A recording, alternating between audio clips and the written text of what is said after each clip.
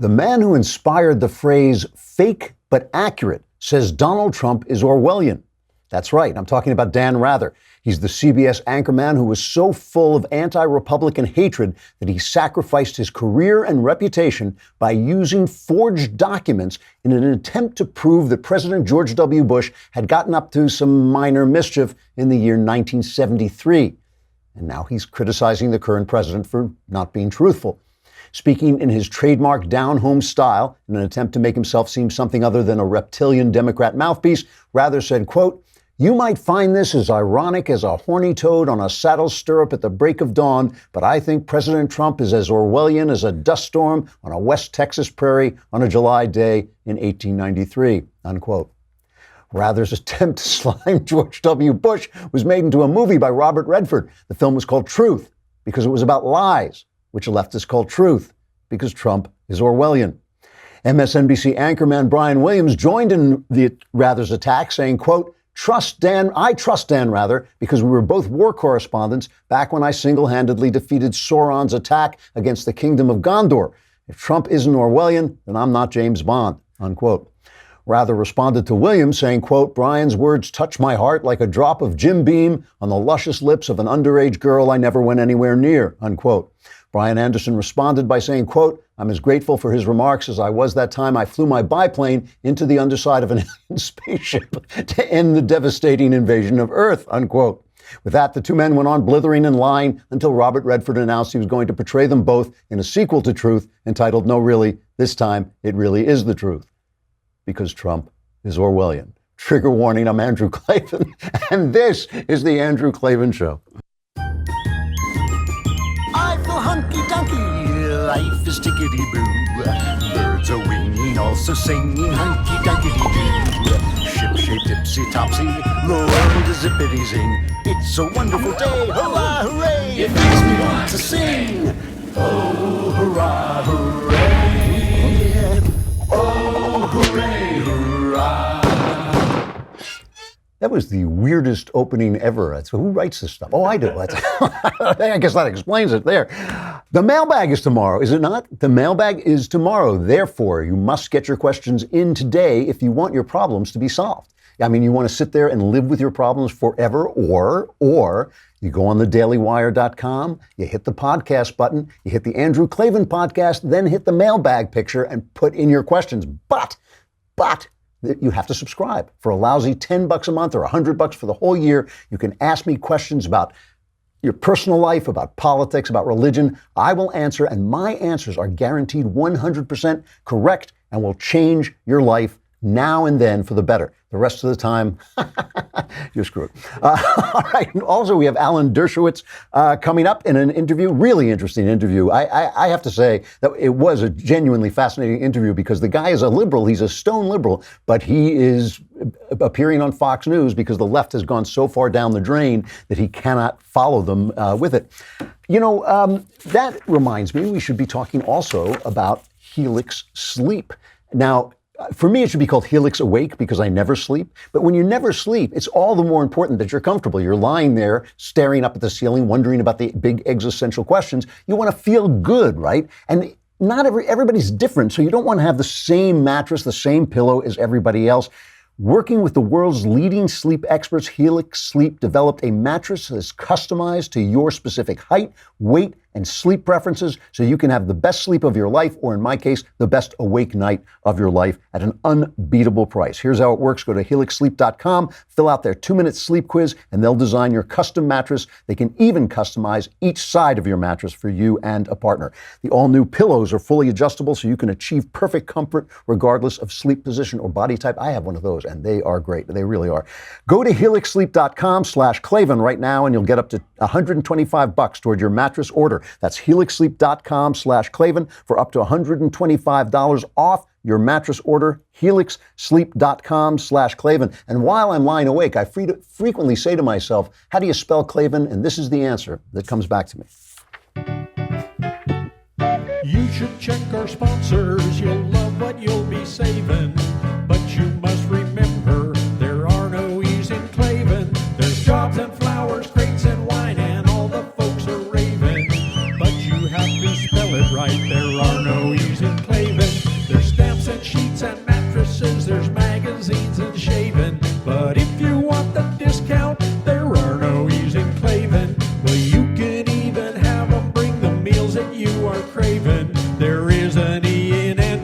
There are no E's in Klavan. Are no E's in Klavan. K-L-A-V-A-N. There are no E's in Klavan. I guess that's how you spell Klavan. All right. All right. You know, in my business, the business of being a freelance writer, you do a lot of waiting. This is really true. You do a lot of waiting because you send things in to your editor or your agent, and you have to wait to hear back a response. Even giving your wife something. My wife is my first and my best editor, and even when I give her something to read, I do a lot of waiting to hear what she has to say. And we have a saying in my house, my wife and I, which is that what happens is as you wait, things become distorted. As you wait for news, things become distorted. You start to think, well, you know, it's taken them 2 weeks to get back to me. Maybe they hate it. Maybe they can't tell me. Or maybe they haven't even read it because they don't care about me. And maybe they don't, you know, you start to, like, your mind goes a little crazy. And so my wife and I have this slogan, no news is no news. So, you know, people will say no news is good news. We say no news is no news. If you don't have anything to say, there's nothing to say. So right now, deep into the summer, we're heading deep into the summer, there is no news. There is like nothing, nothing is happening. And so everything gets distorted. Everything that people say gets blown out. So yesterday, I think it was yesterday, Trump was saying, oh, you know, I would be willing. He met with the Italian prime minister, and they both are very big on keeping control over their borders. And he made some comment like, oh yeah, if I don't get a border wall, I would shut down the government. And today, on like a front page of the magazines and on the big op-eds, you know, Trump has destroyed the chances of Congress for the midterms, of Republicans keeping hold of Congress for the midterms by shutting down the government, by threatening to shut down.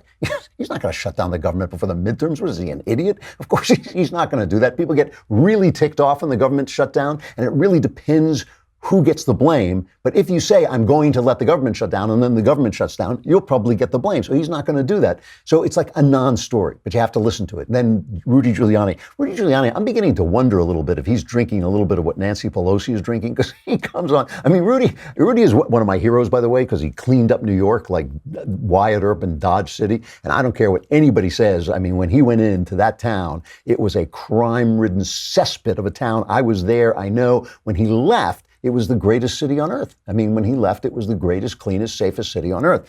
So he's a hero, but he's always been a little loopy. And he was on TV yesterday saying, Trump is not guilty. Trump is not guilty of collusion, and collusion's not a crime anyway. I'm not even know if that's a crime, colluding about Russians. Okay. You start analyzing the crime. The hacking is the crime. That certainly is the original Well, the president didn't hack. Of course not. That's the original. He didn't pay them for hacking. And as you know, it has led other places. The meeting with the Russians. If you got the hacked information from the Russians here at CNN and you played it, would you be in jeopardy of going to jail? Of course not. So people are saying, well, if he's not guilty of collusion, what difference does it make if it's a crime?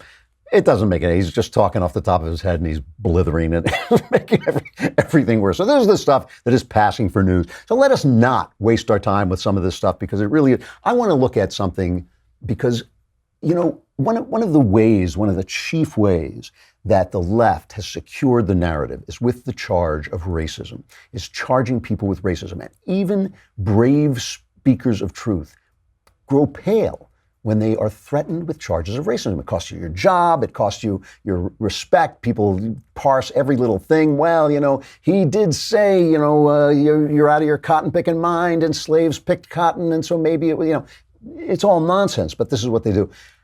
There is an article on the New York Times op-ed page today that tells you everything you need to know by accident. By accident, it reveals everything you need to know about the way the left thinks about racism. And it's on the page that I like to call Knucklehead Row. So let us take a trip to Knucklehead Row at the New York Times. Oh, hey, hey, oh, hey, ho. Let's go waltzing down to Knucklehead Row. So it is kind of ironic that the Democrats are the ones who are constantly harping on racism. This is the party of slavery. It's the party of the KKK. It's the party of segregation. It's the party of the high crime black neighborhoods and cities and the high illegitimacy rates, which were spawned by Democrat welfare policies.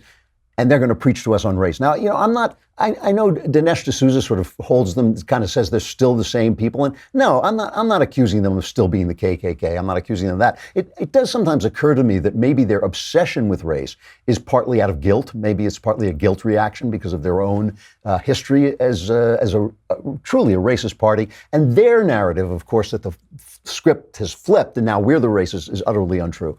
There is a piece in the New York Times today by a woman named Margaret Wrinkle, who writes about the South for the New York Times because they need somebody to cover the South because they've never seen the South or been anywhere outside of 57th Street. It's called How to Talk to a Racist. And she starts out, the subhead is, white liberals, you're doing it all wrong. So let's just start there. Why is it a white liberal who is talking to racists? Why isn't it, do we on the conservative side, do we not talk to racists and try to convince them not to be racist? Or when we see a racist, good, give me some of that racism. I love it because I'm a conservative and I want some racism. No, but that's immediately her assumption is the only person who would be trying to convince a racist not to be racist got to be a liberal. All right. So here, let me read some of this because it's just so packed with arrogant, sequestered, small-minded liberal thinking. All right.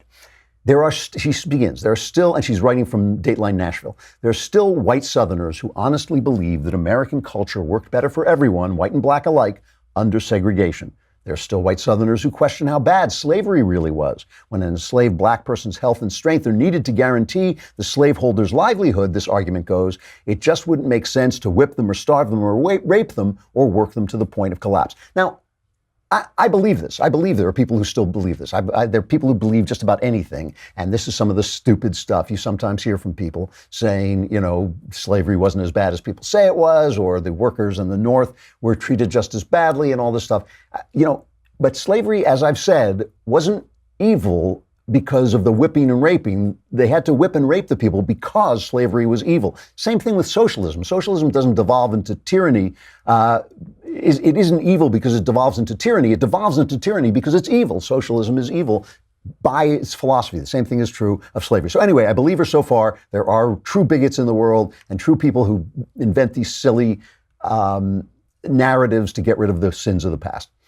She says, I have exhausted my ability to understand why, deep into the 21st century, I'm still hearing otherwise good-hearted people use the same arguments that white Southerners used to discredit Uncle Tom's Cabin more than 150 years ago. It couldn't possibly have been that bad, they say, but worse in many ways are the white people who will tell you point blank that the world today, the world they actually live in and can see with their own eyes, can't possibly be as unfair as black people say it is. Okay? Grab this next sentence.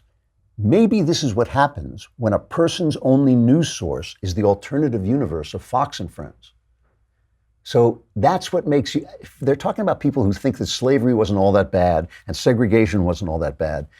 That's on Fox and Friends? Knowles is on Fox and Friends. That's the burbling source of bigotry in our country is Fox and Friends. Has she ever watched Fox and Friends?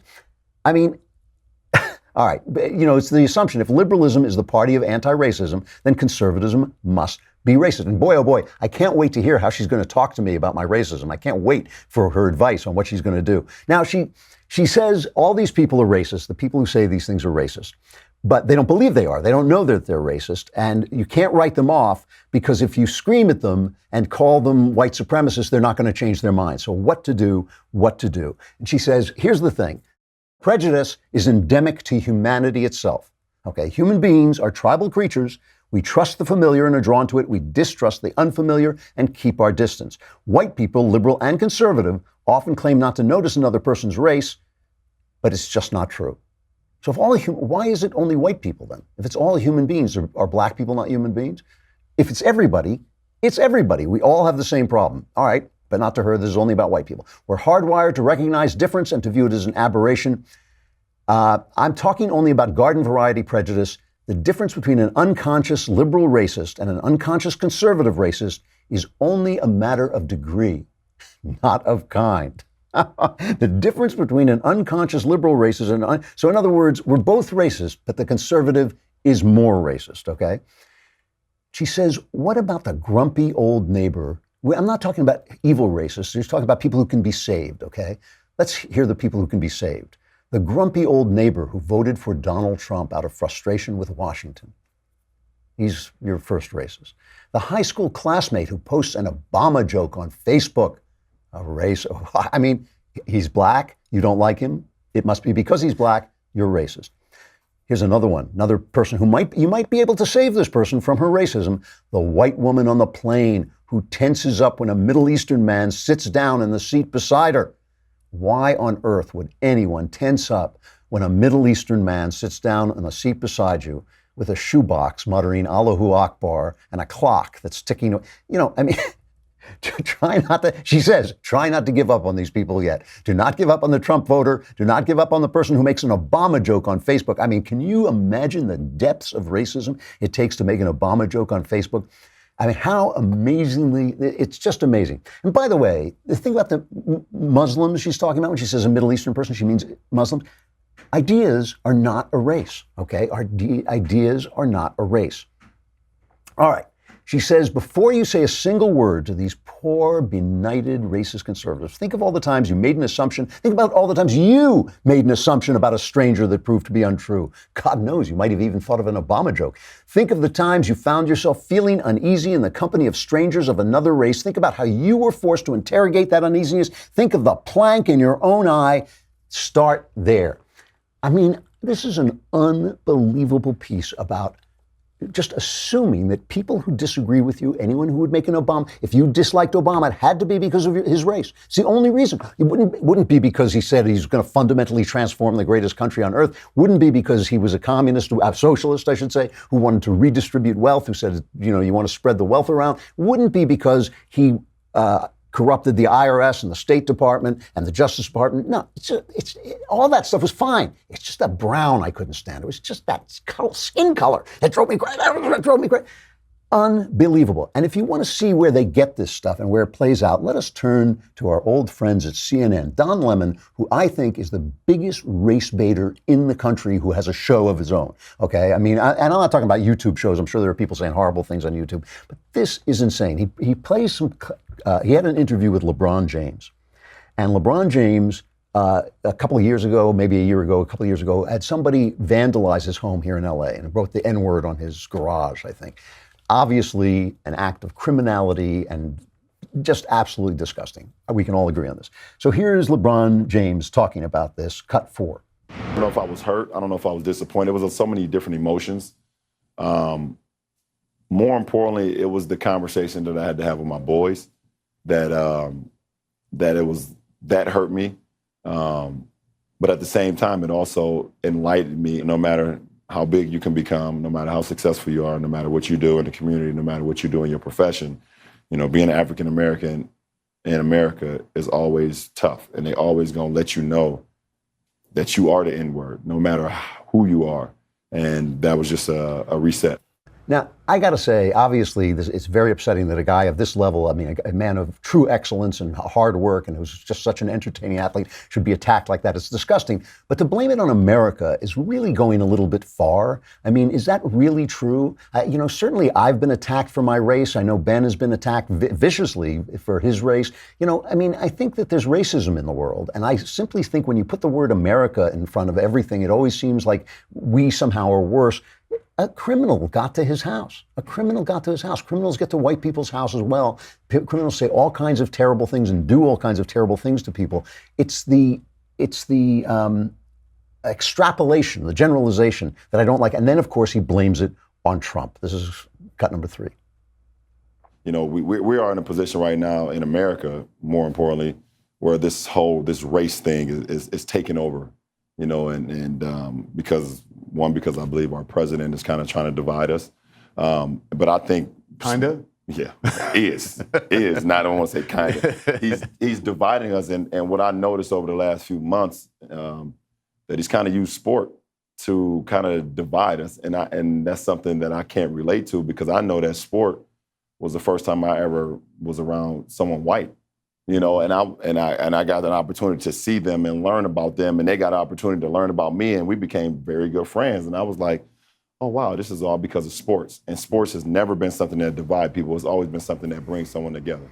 Well, I agree with that, but I don't see why Donald Trump. Why is it Donald Trump that is dividing people. I mean, wasn't it divisive when they stopped standing up for the flag? I mean, isn't that a generally accepted thing that we all stand up for the flag, that it's everybody's flag? I mean, this was my complaint about the NFL when they allowed players under their guise, standing there speaking essentially for the NFL, to diss the flag, was the very reason my black neighbor can come to me and say, I'm not being treated fairly, is because we understand as Americans what fairness means. It's as Americans that we come together. It's not, it's not the sport that brings us together. It's the ideas of America that bring us together. And if those ideas are being violated, it's not like you can't reach me if you say that. If you can tell me, oh, in my neighborhood the cops are doing such and so, and they're treating us unfairly. It's not like I'm not going to respond to that. But you're appealing to me under the flag, so don't diss the flag while you're doing it. That's the thing that brings us together. It's not the sport. I found this a little disappointing because I really admire LeBron James. I found, Hank Aaron, I don't know how many people remember Hank Aaron, a great, great baseball player for the Atlanta Braves,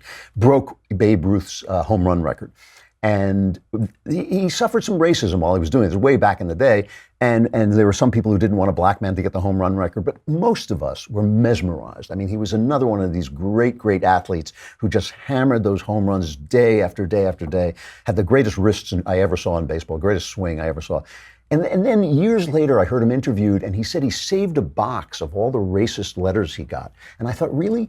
I thought, why didn't you save a box of all the cheers you got? Like, well, and I know negative things hit you harder than positive things, and I'm not blaming the guy for it. I just found it disappointing that he did so much to sort of bring people together with his achievement, that all he got out of it were these few people, these few knuckleheads who were hating on him, But Don Lemon is not like good enough to be on television. He really isn't. He's not good enough at his job to be on television. He's a knucklehead, and he is indeed a race baiter. And he goes off and he says all these people who say that it's not so bad. Because, by the way, my problem with what LeBron said is that the race division got worse under Obama because Obama used it to cover up his failures. Uh-oh, did I just make a joke about Obama on Facebook? Oh, my goodness gracious. Listen to the way Don Lemon sells this thing. I know people watch and they say, why are you guys talking about race? You race baiting, we don't hear about it. It's not that bad. It is that bad. And stop saying that. Start examining yourself. Why don't you want to talk about it? Maybe I should be more open to talk about it. Maybe I should learn more about my neighbors of color or people who are not like me. What is it that I don't know? What is it that I'm not exposed to? What am I not learning? Rather than every single time saying there is no racism, it's all behind us, slavery was a long time ago. That's all really if you're watching at home and you're saying that. And why is he cursing? Oh, I know why he's cursing, because when leftists curse, that's how you know to take them seriously, because if you just listen to their ideas, you'd think they were knuckleheads, But when they curse, they really mean it. So, look, first of all, it's not that bad.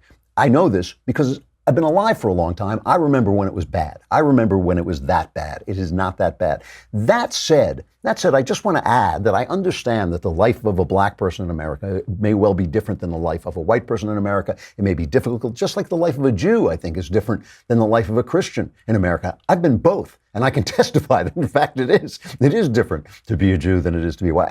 And I get it. It's not that I think things are perfect. That's absurd. I just think it is not that bad if you're constantly bringing it up. You're the one who's opening the wound all the time. We have some responsibility. You know my feelings about this. You know my feelings about racism.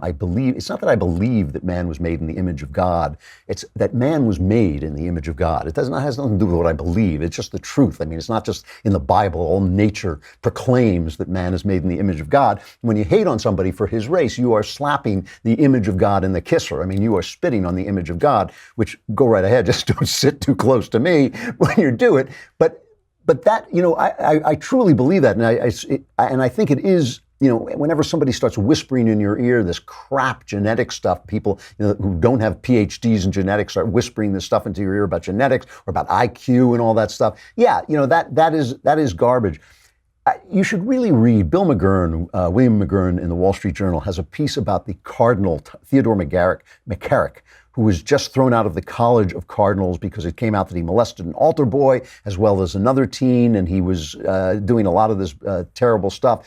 And he points out that when a priest does wrong, it gives credence to materialism, that just like the guy who was selling indulgences back in the 16th century gave power to Martin Luther to start the Reformation, but he was just a guy. He wasn't doing he wasn't doing official Catholic doctrine. Just like that, when these guys rape people, essentially, and when the church covers it up, it gives credence to the opposite side, the materialists who say that man is just a... Here, let me read it. He says, in our day, the battle is no longer between competing versions of Christianity. It's not even so much about God, though it's often characterized that way. The real fight has to do with who's right about the reality of the human person, those who posit him as but a physical combination of matter and energy, or those who believe him, as the 8th Psalm puts it, only a little lower than the angels. And the way people are treated has a lot to do with the way we think of them. So it is inherent, it is incumbent upon us to make sure that we're not racist, but it is not incumbent upon us to live by the standards of the left, that making a joke about Obama is racist. Crap. That being nervous about Muslims on planes is racist. That's garbage. It's not incumbent upon us to do that, that using a phrase that they don't like cotton picking mine, out of your cotton picking mine, that's racist. It is not incumbent upon us. It is incumbent upon us, yes, to make sure that our hearts are true and that we're not hateful, but it is not incumbent upon us to pay attention to their nonsense. If they set the rules, then all that means is they think their politics is anti-racist and ours is racist, and that is garbage. All right. We got Alan Dershowitz coming up. Really interesting interview. Got to say goodbye to Facebook and YouTube. Come on over to thedailywire.com. And while you're there, subscribe so that you can ask some questions for tomorrow's mailbag. Hit the podcast button, hit Andrew Klavan Podcast, hit the mailbag, ask any question you want. I will answer as many as I can, and my answers are guaranteed correct and will change your life for the better. Wait and see, my friends.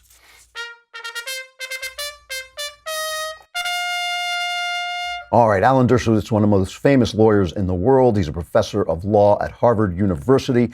He's been called one of the nation's most distinguished defenders of individual rights. He's got a new book out called The Case Against Impeaching Trump, and it is getting him in trouble with his former liberal friends. He says it seeks to reorient the debate over impeachment to the same standard that he has continued to uphold for decades, the law of the United States of America as established by the Constitution. This is not your usual flash in the pan drive-by interview. This is a really in-depth interview and really interesting. Take a listen. Alan Dershowitz, thanks so much for being here. I appreciate it. Thank you.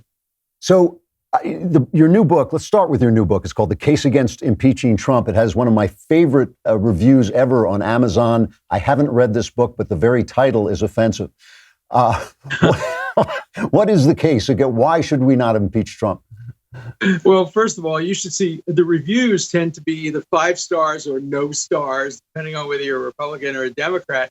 I'm actually looking for some 5 stars from Democrats because I started to write this book when the Republicans were screaming, lock her up and impeach Clinton. Remember, the Republicans were planning to start an impeachment campaign the day Hillary Clinton was sworn in. And I started writing and talking about this issue to defend Hillary Clinton. And in fact, I would have written the same book had Hillary Clinton been elected president and was she impeached. In fact, to make that point, the publisher came up with a mock title and a mock cover called The Case Against Impeaching Hillary Clinton. So I started doing this research really back when Bill Clinton was impeached. I helped advise part of his legal team, and I did the research and came to the conclusion, which was then against the weight of the evidence of scholarship, that in order to impeach the president, you had to prove that he committed an actual crime, either treason or bribery or other high crimes or misdemeanors. And misdemeanors meant serious crimes that affect office holding and the ability to hold an office. And I rejected the concept of Gerald Ford, that impeachment was whatever the House says it is, or Maxine Waters, who says there's no law. It's just whatever the House wants to say. No, the law is very clear. You need 2/3 of the vote in the Senate based on fulfilling the criteria in the Constitution. That's not a liberal Democrat, a liberal conservative Republican issue. That's a constitutional issue, applying equally to liberals and conservatives. Today, the Republicans are trying to impeach Rod Rosenstein. And I wrote an op-ed saying, no, you can't do that. You haven't charged them with any crimes. And you're actually playing into the hands of your opponents, because if you try to impeach Rod Rosenstein for non-criminal conduct, that will be used as a precedent to try to impeach Trump for non-criminal conduct. So I think everybody should support my position that it should be very hard to impeach and remove a duly elected official. Does this imply an attitude toward the Mueller investigation? Does it imply that you don't see much there, that there's not going to be a high crime or misdemeanor coming out of that investigation? Well, today's New York Times reports that they're trying to stitch together, quote, stitch together an obstruction case from tweets and conversations. That's every civil libertarian's nightmare. Any civil libertarian should be concerned when the government is trying to stitch something together from public tweets. I don't know whether they'll find anything, but I don't think they'll find a, quote, real crime. I have been opposed to the appointments of special counsel since the experience with Bill Clinton, when they started out with Whitewater and ended up with an Oval Office, a perjury charge. And so this is a longstanding opposition. I think it would have been much better to have this investigation conducted by a nonpartisan expert commission of the kind that was appointed after 9/11, without finger pointing, but stopping the Russians from intruding on elections. This election, 2016, was a disaster for America. We have Comey possibly influencing the election. We have Russians influencing the election. We have charges that there was voter fraud. There should have been a general nonpartisan investigation to avoid recurrence of these problems, to set out clear Justice Department rules as to what FBI directors can say, what attorneys general could say, to make sure that we're insulated from influence from Russia. All of those things would have been better instead of operating behind the closed doors of a grand jury and trying to stitch together a case out of constitutionally protected activities. Do you give any credence to Trump's complaint that there's at least the appearance of bias with the, what does he call them, the 13 angry Democrats or whatever he calls them, and Strzok and Page and all this? Do you believe yourself? Do you perceive bias in this team? I don't think there's any partisan bias. I don't think that they care whether it hurts Democrats or Republicans. I know that Mueller and Comey are nonpartisan. They may not like Trump personally, but they're nonpartisan. They don't prefer Democrats over Republicans or Republicans over Democrats. So I think it misconceives it to say that there are 12 angry Democrats. Democrats can do complete justice. Who you vote for has nothing to do with what kind of fairness you can have. But Strzok is a different story, because Strzok said, we have to do something. We have to stop this man from being president. We need an insurance policy. We'll stop him. That's the kind of attitude that should result in recusal. Strzok should have realized that he has such strong views that he should have recused himself from the investigation at the very beginning. He didn't do that. A million years ago, back in the 1980s, I was a low-level writer at ABC Radio News Network, and I interviewed you. And I remember you at the time were kind of a liberal icon. You were the guy we turned to for liberal. What the hell happened to you, Alan? No, I'm still a liberal. Well, that's my question. Okay. Still a liberal icon. It's what's happened to the liberals. They have stopped being liberals when it comes to Donald Trump.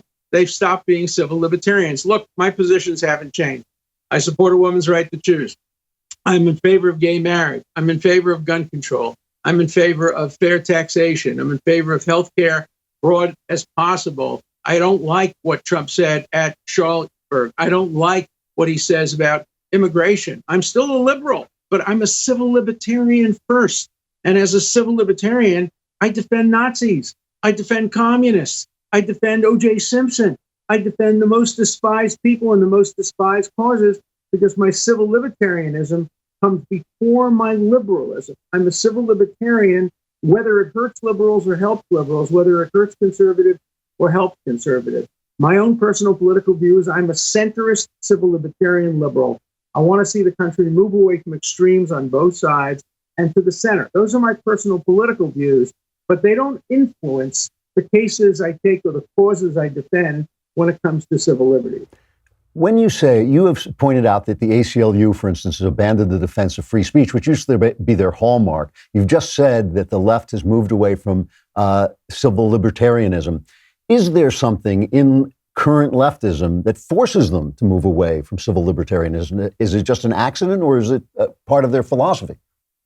Oh, no, I don't think it has anything to do with the philosophy. It has to do with money. Usually things have to do with money. When Trump got elected, the ACLU got a bonanza. They raised their budget from, I think, $30 million to $130 million. Everybody joined the ACLU because they wanted to get Trump, which meant that the ACLU had to prioritize getting Trump over core civil liberties. It also means they attracted a lot more people from the hard left who have no sympathy for civil liberties, who don't care about speech on college campuses as long as it's only conservatives who are being censored. You know, I grew up during McCarthyism.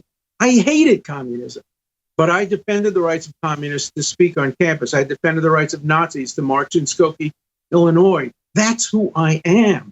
And people hate me when I do that. My mother wouldn't talk to me. Whose side are you on, the Jews or the Nazis? My university president wouldn't write me a recommendation for law school because he thought I was a communist sympathizer. People don't understand what it means to be a civil libertarian. It means to defend people you disagree with. As H.L. Mencken said, first they come after the SOBs. They establish the precedents on their back, then they come after the rest of us. I'm there to stop that from happening. Wouldn't you say, I mean, this is obviously in the great American tradition, John Adams at the Boston Massacre, defending the British. Wouldn't you say, though, that this tradition is now more alive on the right? Am I wrong about that? I mean, I see you on Fox News where they're happy to talk to you, but they're also happy to talk to leftists. There are more leftists on Fox News than there are right-wingers on CNN. Well, I'm one of the very, very few people who refuses to be paid by any of the stations. And I'm routinely both on CNN, MSNBC, and Fox because I call it straight right down the middle. I have to tell you, I do think today that conservatives, moderate conservatives, are more sympathetic to issues of free speech and due process, maybe because it benefits them, because they're the ones who are being censored. They're the ones who are being accused, and they want due process. So for me, it's always across the board. I always apply the shoe on the other foot test. If the shoe were on the other foot, if it were conservatives who were limiting liberals, what would I be saying? The same thing. I wrote a book called Supreme Injustice, railing against the Supreme Court in Bush versus Gore, because the justices didn't pass the shoe on the other foot test. If it had been Gore versus Bush, they would never have stopped the recount. They did it because they were conservative Republicans, not because the Constitution demanded it. So I demand neutral application of civil liberties in all contexts, and that gets me in trouble. Today, when I wrote an article saying that Rod Rosenstein shouldn't be impeached, the right wing jumped all over me. Oh, you don't know what you're talking about. Of course he should be impeached. He's terrible. He's done terrible things. They're making the same arguments against Rosenstein that the left is making against Trump. Well, I'm right wing, but I completely agree with you. I thought that was a total mistake trying to impeach him. Let's talk about this vendetta against Trump, which obviously it's not a vendetta from everyone who opposes him, but there isn't a vendetta. When Michael Cohen tapes his client and then that tape gets released, is that not problematic? Is it just me who's appalled? It's you and me, but nobody else. I was on CNN last night saying we have to find out who leaked that tape. It's a terrible thing to have lawyer-client conversations leaked. And everybody was saying, oh, no, that's not the issue. That's not the issue. Yes, that is the issue. That affects all of us. Because if you can leak lawyer-client confidences, you can leak priest-penitent confidences, psychiatrist-patient confidences, doctors' confidences. We have to protect confidences. That's a civil liberties issue. And I'm going to stand up for any civil liberties issue, no matter who it hurts or who it helps. But didn't Trump essentially waive attorney-client privilege, or did he do that afterward? Afterward. Okay. He waived it after it was leaked. He waived it because it was leaked. Giuliani made that point very clearly. And when you look at the fact, this is the very fact. I know it's legal to tape somebody in New York, but should a lawyer be taping his client without the client knowing? Yeah. Okay. No, of course not. I've never taped a client in 53 years of practice. And the idea of then after it being taped, somehow it being leaked, that has to be investigated and looked into. Everybody says that's beside the point, but it isn't beside the point. Today, you can't get an issue to be considered unless it either helps one side or hurts the other side. This helps all Americans, but it doesn't either advantage the Republicans or the Democrats, and nobody's interested. You know, as a right-winger, it seems to me that the treatment that Trump is getting is a little bit more extreme, but not of a different kind than the treatment given to Mitt Romney, who was accused of every minor thing he did, probably one of the most moral men who ever ran for president. And he was, every little thing was blown up into a scandal. George W. Bush, the same thing, the first 2 years of his administration, one fake scandal after another. When you look at Trump as a liberal, As a classical liberal, when you look at Donald Trump, is he such an anomaly that the panic is justified? He's different than any other president in the sense that he has coarsened the dialogue. He talks in a way that no other president has ever spoken, both when he knows he's being recorded and when he doesn't know he's being recorded. That's had an impact on people's perceptions of him, but it's not impeachable and it's not a crime. I'm not here to defend President Trump's policies. I'm here to defend his legal and constitutional rights. And that's all I care about, the legal and constitutional rights. You want to attack him, you want to criticize him. That's political. That's what America is all about. But, people say Trump's different. We have to suspend civil liberties because Trump's different. No. I remember when they said the Japanese invasion is different, so we have to put 110,000 American citizens in concentration camps. I remember when they said communism is different, so we have to have McCarthyism. I remember when they said terrorism is different, so we have to suspend people's civil liberties. I've lived through all of those. Trump's not that different. We'll survive Trump. Our system of checks and balances is working, and it's working well. And we dare not compromise anyone's civil liberties because we don't like a particular president. Because what's good today for the Democrats will be used against the Democrats in years to come. One last question. When you look at college campuses and you see guys like my friend Ben Shapiro getting shouted down and right. The Antifa going after people with sticks and masks, do you have optimism that we can correct course and return to the kind of philosophy, which is the philosophy I remember as kind of representing what America was, no matter which side you were on? Can we return to that philosophy, or have we totally lost the plot? I think there's a risk that we can lose it because we're educating young students who are going to be our future leaders not to tolerate different ideas. I experienced it on Martha's Vineyard when I wrote my book and talked about civil liberties. People said, we do not want to talk to Dershowitz. A campaign was begun to try not to talk to me and to try to create an atmosphere where I was regarded as outside the pale. In fact, what we did is we came up with a special cover for my book for Martha's Vineyard, brown paper wrapper, like we used to put around little pornographic books that we read as kids. And it's called the Martha's Vineyard edition. You can read it on the beach without anybody knowing you're reading my book, The Case Against Impeaching Trump. That's how bad it's become. That's really funny. Well, you should try working in Hollywood as a conservative. Alan Dershowitz, the author of The Case Against Impeaching Trump, thanks very much for coming on. I really appreciate it. Really enjoyed talking to him. He was a very, very intelligent, civilized human being. Sexual follies.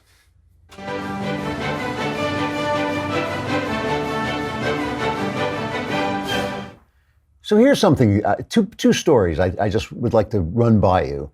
New research from the U.S. Census Bureau that compared the earnings between husbands and wives in the current population found that men and women both lie about their salaries if the wives earn more. Both men and women lie about their salaries if the wives earn more. And add that to another story. When a woman out-earns a man in a heterosexual relationship, it can influence more than just who's in charge of the household finances, according to Farnoosh Torabi, author of When She Makes More, 10 Rules for Breadwinning Women. In relationships where the woman is the breadwinner, both men and women are more likely to cheat. A 2010 study conducted by Cornell University looked at 18 to 28-year-old married and cohabiting couples who had been together for more than a year and found that men who were entirely dependent on their female partner's salary were 5 times more likely to cheat than men who made an equal amount of money. Maybe because they're pimps. No, that's right. But if you are, women who rely entirely on a man's salary are half as likely to cheat as women who earn the same amount as their partner. So obviously, this is a case of nature thrown out the door, coming back in through the window. It's like, this is what people don't understand. The reason men work is because women have children. That is the reason men work. I mean, if women didn't have children, do you think men would go out and earn money? Do you think they'd build cities? Do you think they'd invent computers? All that stuff they did because women have children, to protect women, to build a world for women, to build a world around women. And I get it. The world is fun. The world that men made in order to surround women has a lot of fun stuff in it.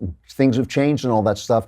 But, the thing I guess that gets me about this is everything feminists tell you will make you happy makes them happy and you miserable. That's what I'm saying. If you have to lie about who's making what money, if you're cheating on your spouse because of the money you make, everything feminists told you was going to make you happy makes them happy, but makes you miserable. And that's something you should remember the next time you see a feminist mouth moving. Every time a feminist mouth moving, an angel loses its wings. It's like you're going, what they're telling you makes them happy, you miserable. All right, the mailbag is tomorrow. Do not miss it because you'll still have your problems if you miss it. I mean, if you hear it, all your problems will be gone. I'm Andrew Klavan. This is The Andrew Klavan Show.